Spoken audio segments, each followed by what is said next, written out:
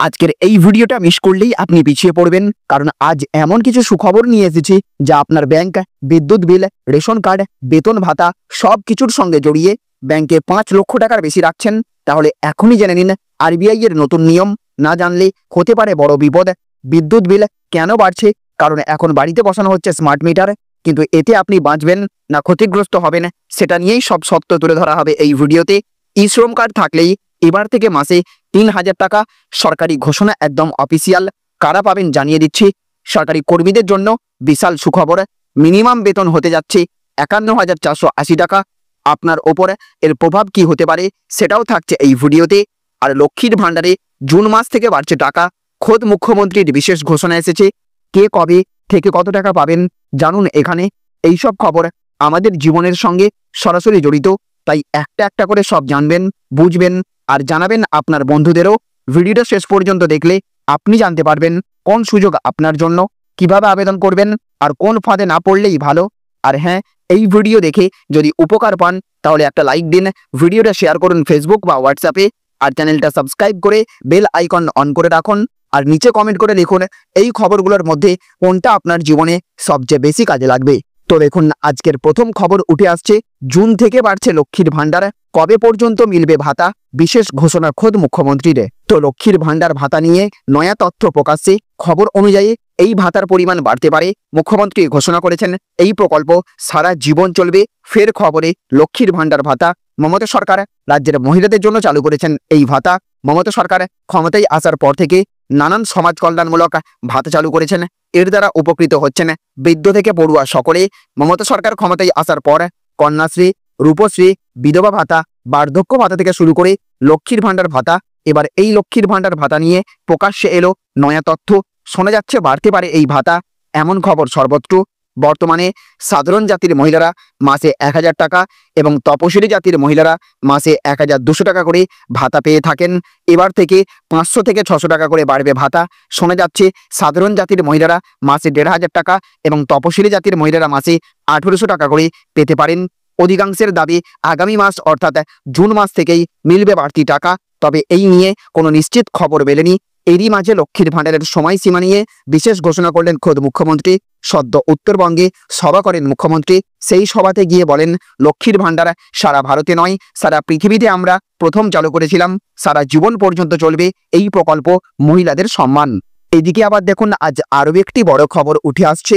18,000 থেকে এক ধাক্কায় 51,480 টাকা হবে বেতন। অষ্টম বেতন কমিশন নিয়ে সুখবর। তো যত দিন গড়াচ্ছে তত সরকারি কর্মচারীদের মনে একটাই প্রশ্ন দাঁড়াচ্ছে, বেতন কবে বাড়বে? বাজারে যে হারে মূল্যবৃদ্ধি পাচ্ছে সাধারণ জিনিসপত্রের, তাতে হিমশিম খাচ্ছে তারা। তবে এবার তাদের আশার আলো হয়ে হাজির হচ্ছে ভারত সরকারের অষ্টম বেতন কমিশন। 2025 সালের ডিসেম্বর মাস শেষ হলেই সপ্তম বেতন কমিশন কার্যকাল শেষ হবে। আর ঠিক 2026 সালের জানুয়ারি মাস থেকে কার্যকর হতে পারে অষ্টম বেতন কমিশন। তবে শুধু হিসাব নিকাশ নয়, বরং লক্ষ লক্ষ সরকারি কর্মচারী এবং পেনশনভোগীদের জীবনে আসতে চলেছে বিরাট পরিবর্তন। প্রথমে আসি গ্রুপ সি এবং গ্রুপ ডি কর্মীদের কথাই। পিওন, পরিচালক, ক্লার্ক, সহায়ক ইত্যাদি সরকারি দপ্তরে দৈনন্দিন কাজ করেন এই গ্রুপ সি এবং গ্রুপ ডি কর্মীরা। আর শেষবার অর্থাৎ সপ্তম বেতন কমিশনের সময়ে তাদের ন্যূনতম বেতন হয়েছিল 7,000 টাকা থেকে 18,000 টাকা। সূত্র বলছে এবার ফিটমেন্ট ফ্যাক্টর 2.86 হতে পারে, যার জেরে তাদের ন্যূনতম বেতন হতে পারে 51,480 টাকা। প্রথম কথা, এই অতিরিক্ত বেতনের পরে মাসের শেষে আর ধার করে চলতে হবে না এবং নিত্য প্রয়োজনীয় জিনিসের খরচ সামলানো অনেকটাই সহজ হবে। এমনকি বাচ্চার পড়াশোনা, বাড়ির ইএমআই বা মেডিকেল ইন্স্যুরেন্স দেওয়া খুব সহজে হয়ে যাবে। এমনকি আর্থিক চিন্তা মুক্ত হবে। বেশ কয়েকটি সূত্র বলছে অষ্টম বেতন কমিশনের সুপারিশে বর্তমানে 9,000 টাকা পেনশন বাড়িয়ে 25,740 টাকা করা হতে পারে। কারণ বয়স বাড়লে যেমন খরচ বাড়ে, তেমন আর্থিক নির্ভরতাও বাড়ে। আর এই বাড়তি পেনশনভোগীদের জীবনযাত্রার মানকে অনেকটাই সহজ করবে। এছাড়া দেখুন, আজ আরও একটি বড় খবর উঠে আসছে। জোর করে বসিয়ে দেওয়া হচ্ছে স্মার্ট মিটার, আসছে অতিরিক্ত বিদ্যুৎ বিল, তোলপাড় রাজ্য। তো রাজ্যের বহু জেলায় আলোচনার বিষয় স্মার্ট মিটার বা প্রিপেড ইলেকট্রিক মিটার। উন্নত প্রযুক্তি ব্যবহার করে পরিষেবায় গতি আনার উদ্দেশ্যে চালু করা হয়েছিল এই মিটার। এবার সেই প্রযুক্তি সাধারণ মানুষের চিন্তার কারণ হয়ে দাঁড়াচ্ছে। হ্যাঁ, একদম ঠিকই শুনছেন। আসলে সম্প্রতি রাজ্যের বিভিন্ন প্রান্তের বিদ্যুৎ গ্রাহকরা অভিযোগ তুলছেন তাদের অনুমতি ছাড়াই এই স্মার্ট মিটার বসিয়ে দেওয়া হচ্ছে। যার ফলে হঠাৎ করেই বিদ্যুতের বিল অনেকটাই বেড়ে গিয়েছে। আবার কেউ কেউ বলছেন এই মিটারের কারণে তারা নিজেদের ব্যক্তিগত তথ্যের ওপর নজরদারির শিকার হচ্ছেন। রাজ্য সরকারের তরফ থেকে জানানো হয়েছে স্মার্ট মিটার একটি আধুনিক ইলেকট্রিক মিটার যা রিমোট প্রযুক্তির মাধ্যমে প্রতি ঘন্টায় বিদ্যুৎ খরচের তথ্য বিদ্যুৎ দপ্তরের কাছে পাঠিয়ে দেবে। আর সব থেকে গুরুত্বপূর্ণ দিক হলো এটি প্রিপেড মডেলে কাজ করবে, অর্থাৎ আগে টাকা রিচার্জ করতে হবে তবেই মিলবে বিদ্যুৎ পরিষেবা। এক কথায় মোবাইলে যেমন টাকা না ভরলে ফোন করা যায় না বা নেট চলে না, ঠিক সেই রকমই স্মার্ট মিটারে টাকা না থাকলে পরিষেবা বন্ধ হয়ে যাবে। আর এই ব্যবস্থা চালু করার পিছনে উদ্দেশ্য হলো গ্রাহকরা নিজেদের খরচ নিয়ন্ত্রণ করতে পারবেন এই মিটারের মাধ্যমে। উত্তর চব্বিশ পরগনা থেকে শুরু করে নদিয়া, বর্ধমান, দক্ষিণ চব্বিশ পরগনা, মালদা সহ বিভিন্ন জেলায় অভিযোগ উঠছে যে গ্রাহকদের অনুমতি না নিয়েই তাদের বাড়িতে স্মার্ট মিটার বসিয়ে দেওয়া হচ্ছে। এমনকি অনেক ক্ষেত্রেই মিটার বদল করার আগে কোনো রকম নোটিশ দেওয়া হচ্ছে না। আবার অনেকে দাবি করছে আগে যেখানে মাসে 500 থেকে 600 টাকা বিদ্যুতের বিল আসতো, এবার স্মার্ট মিটার বসানোর পর থেকে সেই বিল বেড়ে 900 টাকা থেকে 1200 টাকা পর্যন্ত হয়ে যাচ্ছে। এদিকে আবার দেখুন আজ আরও একটি বড় খবর উঠে আসছে, ই শ্রম কার্ড থাকলেই মিলছে মাসে 3000 টাকা। কিভাবে পাবেন দেখে নিন। তো দীর্ঘদিন ধরেই দিনমজুর, শ্রমিক বা নির্মাণ সাইটে যারা কাজ করেন তারা সরকারি সুবিধা বলতে কিছু পেতেন না, অথচ সরকার এবার সেই সমস্ত মানুষগুলোর জন্য বিরাট প্রকল্প চালু করেছে। সরকারের ই শ্রম কার্ডের মাধ্যমে এবার 3000 টাকা পর্যন্ত প্রতি মাসিক অর্থ সাহায্য পাওয়া যাচ্ছে। হ্যাঁ, একদম ঠিক শুনছেন, দেশের কোটি কোটি শ্রমিক এই অর্থ সাহায্য পাচ্ছে। তবে কিভাবে এই কার্ড পাবেন, কাদের জন্য এই সুবিধা রইল সবকিছুই। বহু অসংগঠিত খাতে কর্মরত শ্রমিকদের মনে একটাই প্রশ্ন যে কাজ করলেও কোনো রকম ভবিষ্যতে নিশ্চয়তা নেই। সরকারি চাকরিজীবীদের জন্য যেরকম পেনশন, প্রভিডেন্ট ফান্ড থাকে, কিন্তু বেসরকারি খাতে কর্মজীবীদের জন্য কোনো রকম সুবিধা নেই। আর সেই শূন্যস্থান পূরণ করতেই এবার ই শ্রম কার্ডের আবির্ভাব। এই প্রকল্পের আওতায় যারা ই শ্রম কার্ড তৈরি করেছে তাদেরকে এবার প্রতি মাসে নির্দিষ্ট ভাতা দেওয়া হবে এবং ভবিষ্যতে পেনশনের সুবিধাও পাওয়া যাবে।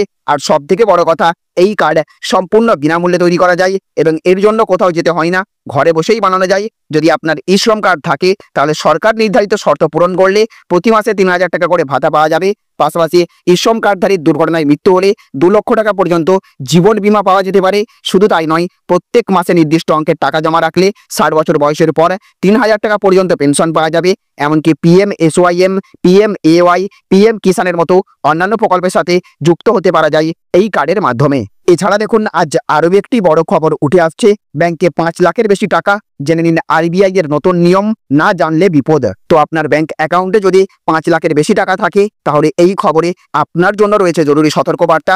ভারতীয় রিজার্ভ ব্যাংকের নিয়ম অনুযায়ী ব্যাংকে জমা রাখা সম্পূর্ণ টাকা এখন আর নিরাপদ নয়। 2020 সালে সরকার একটি গুরুত্বপূর্ণ পরিবর্তন এনেছে, যার ফলে এখন শুধুমাত্র 5 লাখ টাকা পর্যন্ত জমা অর্থই সুরক্ষিত বা বিমাকৃত বলে গণ্য করা হয়। এর মানে হলো যদি কোনো ব্যাংক দেউলিয়া হয়ে যায় বা তার কার্যক্রমে বিধিনিষেধ আসে তাহলে একজন গ্রাহক সর্বোচ্চ 5 লাখ টাকা পর্যন্তই ফেরত পেতে পারেন। এই সুরক্ষা আছে ডিপোজিট ইন্স্যুরেন্স অ্যান্ড ক্রেডিট গ্যারান্টির কর্পোরেশনের অধীনে। এটি savings account, current account, fixed deposit এবং রিকারিং ডিপোজিটের উপর প্রযোজ্য। তবে মনে রাখতে হবে এই 5 লাখের সীমা একজন ব্যক্তির প্রতি ব্যাংক ভিত্তিতে প্রযোজ্য। অর্থাৎ যদি আপনার একই ব্যাংকে একাধিক অ্যাকাউন্টে মোট 10 লাখ টাকা থাকে, ব্যাংক ডুবে গেলে আপনি কিন্তু শুধুমাত্র 5 লাখই ফেরত পাবেন।